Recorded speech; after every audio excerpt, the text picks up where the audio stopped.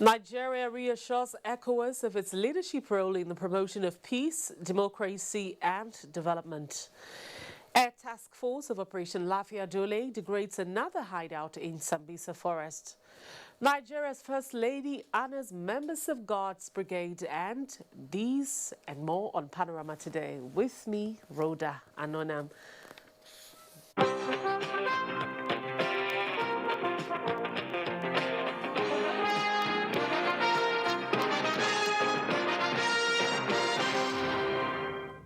Nigeria is reassuring the West African sub-region that it will not abdicate its leadership role in the region for the continuous promotion of peace, democracy and development. Permanent Secretary at the Ministry of Foreign Affairs, Ambassador Mustafa Suleiman, gave the assurance in a message to a reception for delegates of the recently concluded ECOWAS Administration and Finance Committee meeting in Abuja. Our Foreign Desk correspondent, Makut Simon Macham, has the report. After intensive discussions brainstorming on the funding of the ECOWAS Commission and the management of its organs, members of the Administration and Finance Committee were hosted by Nigeria's Ministry of Foreign Affairs. Here, they were welcomed by Director, Planning, Research and Statistics, Lord Egopija, on behalf of the Permanent Secretary, Ambassador Mustafa Suleiman. I would like to assure you of Nigeria's commitment in collaboration with ECOWAS Commission and its institution for the promotion of peace and political stability in the region. Members of the committee emphasized the strategic significance of the body and were full of praises for Nigeria's leadership in the sub-region. This is a technical committee, experts that usually have a robust, academic, brilliant discussions. It is an organ whereby they discuss virtually every ECOWAS issue. We hope Nigeria will continue being the big brother in our sub-region, followed by Ghana and Cote d'Ivoire and all the others, but we owe a debt of gratitude to the people of the Federal Republic of Nigeria for standing there in the name of regional integration and in the name of peace and security. The decisions of the committee will form the agenda for the ECOWAS Council of Ministers meeting leading to the summit of the heads of state. In Abuja, Makut Simon Macham, NTA News. Meanwhile, the European Union Election Observer Mission to Nigeria has released its final report on the 2019 general elections with 30 recommendations. Key amongst the recommendation is the improvement in future electoral process. Timothy Yusuf reports. The European Union Election Observation Mission says INEC has significantly improved in its electoral process, but some of the systemic relapse seen in the 2019 general elections and the relatively low levels of voter participation demands electoral reform. The 30 recommendations prioritizes 7 key areas, including the need to strengthen INEC procedures for the collation of results to improve integrity and confidence in electoral outcomes. The Interagency Consultative Committee on Election Security, chaired by INEC, included all of the responsibility security agency. We recommend that in the future it works more transparently and inclusively by holding regular consultation with political parties and civil society. There are aspects of the report that we think are vague and are not definitive enough. For instance, if they say the results collation process is not transparent enough, I expect them to be very clear as to what they expect to happen over and above or beyond what we have in the Electoral Act presently. Meanwhile, the presidency has welcomed the report of the European Union on the 2019 general elections in Nigeria, promising to analyze it and act on the recommendations. A statement from the Senior Special Assistant to the President on Media and Publicity, Garba Shehu, notes that the EU did not question the results of the presidential election. It adds that it is a further proof that the polls reflected the overall will of Nigerians and that the world is solidly behind the re-election of President Buhari. In Abuja, Timothy Yusuf, NTA News. Now, with the sole purpose of strengthening and solidifying its political mandate, the Labour Party held its national convention to brainstorm on ways and strategies in which the party can become a more formidable player in the political space. Patricia Isamiluba reports.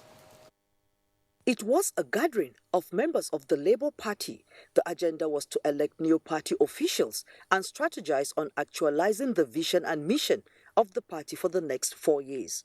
The event had in attendance representatives of the party across the geopolitical zones of Nigeria. Highlight of the party convention was the election of candidates into office under the close supervision of the national chairman and the organizing committee. Those who support say aye. Aye. Those against say nay. The ayes have it. It's really elected. The National Party chairman in his remark assured Nigerians of the party's commitment to providing a realistic system of governance in line with democratic rule.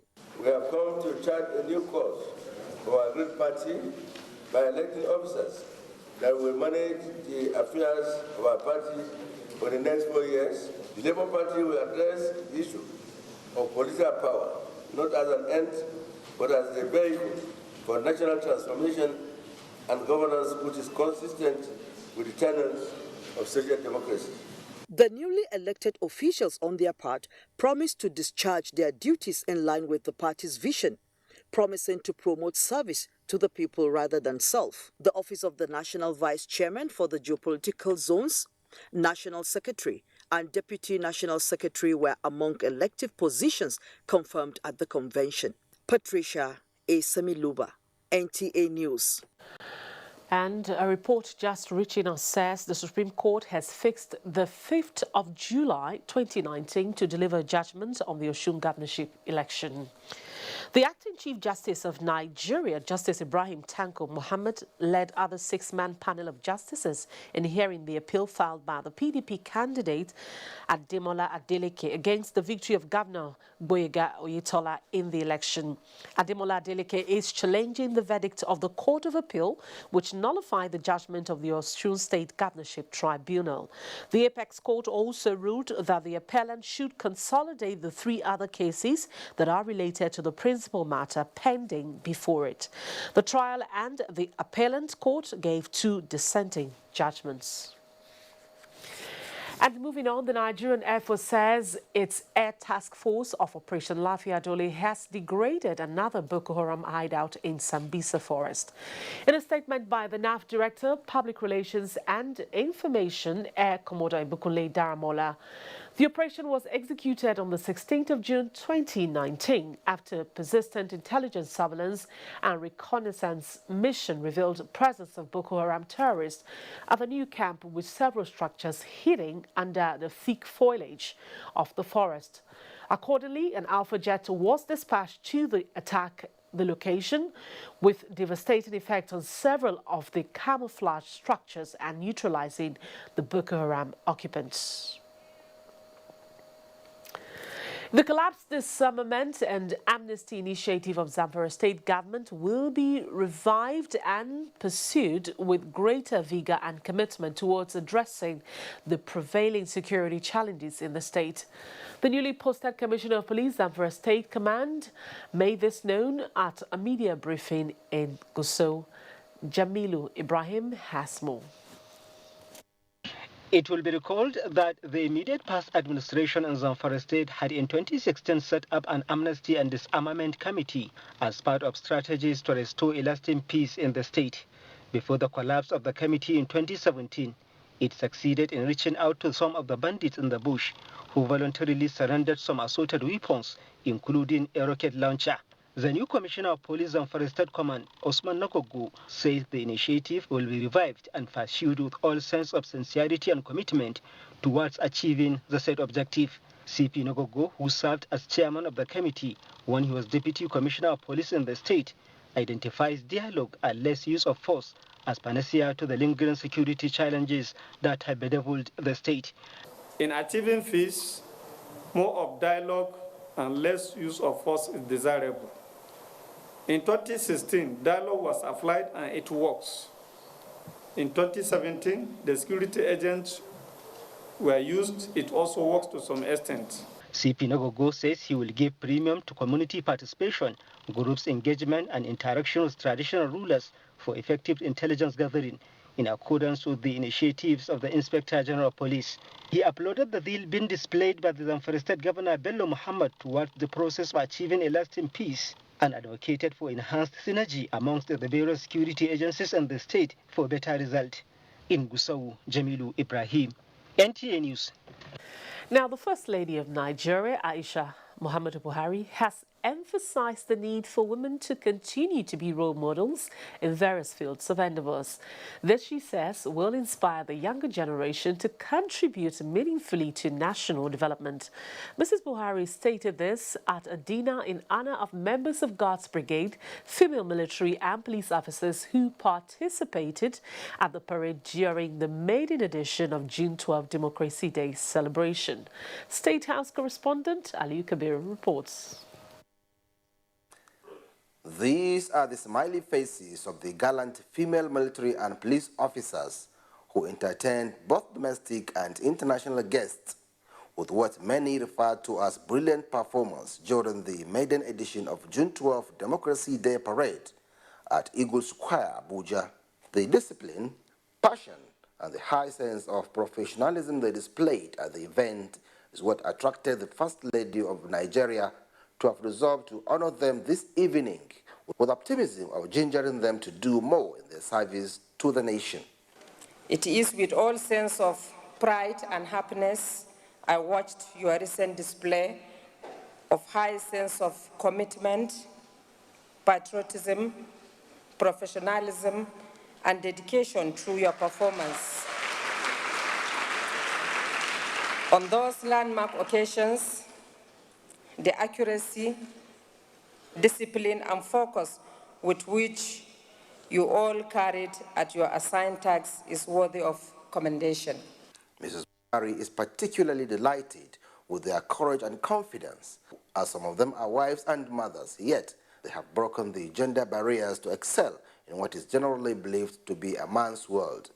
Let me say you have won the hearts of Nigerians, including mine.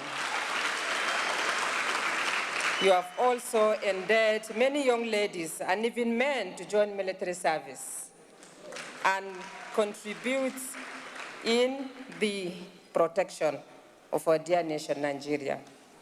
The underlying messages in their performance indicate that women are also capable and can do well when given responsibilities. While expressing appreciation for this recognition, the Secretary to the Government of the Federation, Boss Mustafa, alongside Commander Gas Brigade, Brigadier General Umar Thama Musa, described the development as unprecedented, adding that the responsibility they have exhibited is indelible in the minds of Nigerians. It is therefore right to say that all citizens that have had the opportunity of participating in the series of events have registered their indelible services in the history books of our nation. This evening event is very significant as it will boost the morale of my female soldiers far above and beyond normal heights. You have, through this gesture and your innovative leadership style, inspired us to dream more, learn more, do more, and become more. The young female officers of Guard Brigades are the combination of the military formation comprising Nigerian Army, Navy, Air Force, and the Nigerian Police. The State House, Aliu Kabir, NTA News. You're watching Panorama on the network service of the NTA. We'll take a break now, and when we come back, we have more stories. Stay with us. The struggle for independence had been a long and tough one. Our founding fathers and compatriots sacrificed their comfort and even shed their blood. We cannot at this point in history afford to spirit away their sacrifices for immediate but temporary gains of today. Let us emphasize what unites and not what divides us. Working for the unity of purpose with a stronger vision for a better tomorrow. NTA, growing with the nation. Together, no matter where you come from, no matter your religion, we are one. Let's live together. Let's stop fighting each other. Let us live as one.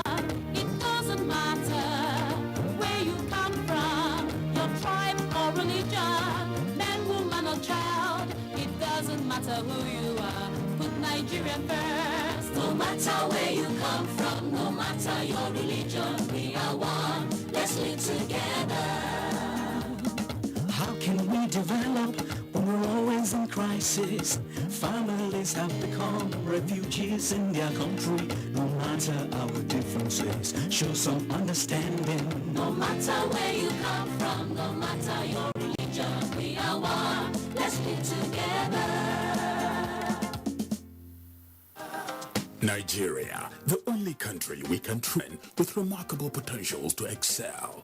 Let us believe in ourselves and change our attitude for the sake of our country and generations unborn. Let us revive our cultural values, which are our essence as a nation. Let us renew the spirit of patriotism and hope in our dear country. Do not take or give bribe. Be punctual always. No more African time. We can't expect to be global citizens and operate on African time. Join the queue. Insist that people are attended to on a first-come basis, no matter who they are or where they come from. Nigeria, good people, great nation.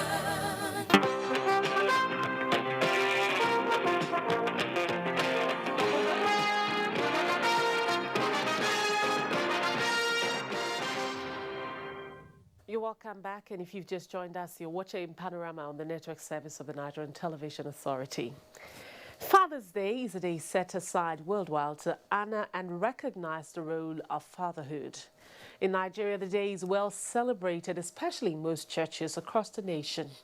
At the Aso Villa Chapel in Abuja, where eminent Nigerians joined Vice President Yemi Osinbajo to celebrate the day, fathers are reminded of their critical role and responsibilities not only to their household, but the entire society. State House correspondent Gideon Ifade has the report.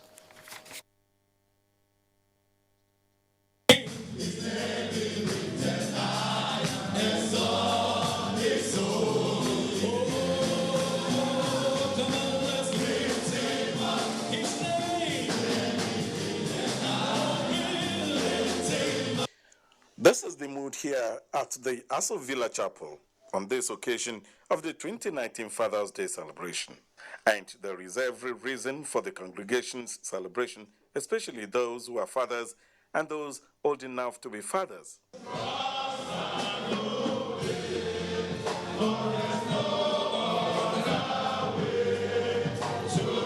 Apart from being the head of their various households, which comes with the task of providing for the needs of the family, for some, having the backing of the people and surmounting the burden of governance is enough cause to celebrate.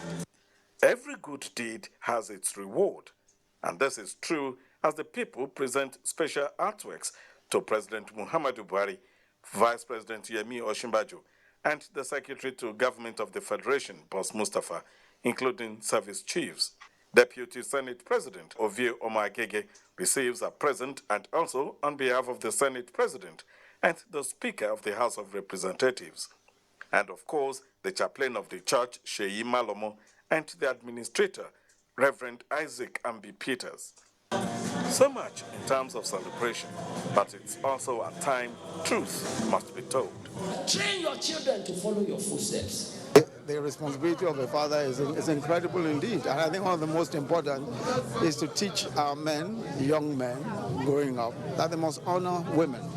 They must honor women. Not more about the celebration, it is about the constant reminder of our role and responsibilities as fathers. And my message out there is that we must live up to that responsibility because it's a trust that God has vested into our hands. You must discipline your children with the rod of correction is allowed. The role of the mothers and fathers is simple, and we do it every day. It's prayer. We are women that are on our knees, and we carry all our problems and our cares to the Lord. And as we pray for our husbands, we pray for our children every day. Our God is a good God. He always answers.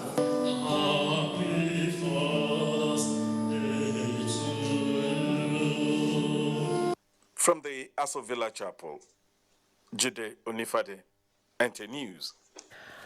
More than 1,900 youths across Nigerian states and the Federal Capital Territory will be presenting their petitions to the governors, parliamentarians and policymakers on the need to act on commitments to increase access to quality education to all children, especially girls.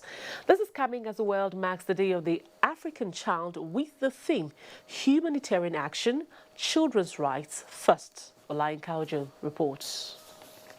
On June 16, 1976, hundreds of students were shot in Soweto, South Africa, while demonstrating for their rights to quality education. To honor their courage, the Organization of African Unity, now African Union in 1991, established the Day of the African Child. Today in Africa, we have over 59 million children who are not in school and learning. With more than 10 million children in Nigeria unable to access safe and quality education, these young advocates are using this rally to hold the newly elected government officials at their campaign promises. Support evidence-based planning and funding in education sector through the development of a well-articulated participatory developed education sector plan. Provision of key watch facilities in at least 50% of schools. Allocation and release of resources for education, especially 50% of the education budget to go for basic education. While calling for improved school infrastructure, massive enrollment to bring all children to school, and targeted investment to ensure uninterrupted 12 years of school for girls, this 9-year-old girl, Shise Allah, a poet, is advocating for the provision of more incentives for female teachers, as this will increase enrollment of girls in school. Education. It leads us to the path of prosperity and gives our tomorrow a sounding security. The event, taking place in 10 states and the FCT, also featured the release of UNICEF Passport to Your Rights, expected to reach every Nigerian child by 2030. Olayin Kaujo, NTA News. And in the world of sports, Senegal on Sunday defeated Nigeria by a lone goal in their last international friendly ahead of AFCON 2019 in Egypt. For other reports also, we'll join Amanzi Marcus.